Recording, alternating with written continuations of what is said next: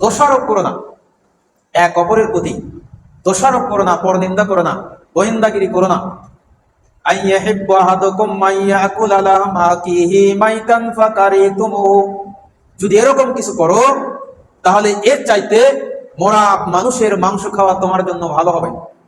এইরকম কাজ যদি তুমি করো তাহলে তোমার জন্য এই জাসুসগিরি করার চাইতে, গোপন কিছু শোনার চাইতে, পরনিন্দা শোনা করার চাইতে মরা মানুষের মাংস খাওয়া তোমার জন্য ভালো হবে। আল্লাহ এই কথা বললেন, আইয়াহিব্বু আহাদুকুম আইয়াকুলা লাহমা আখিহি, মরা মানুষের মাংস খাওয়া তোমার জন্য ভালো হবে।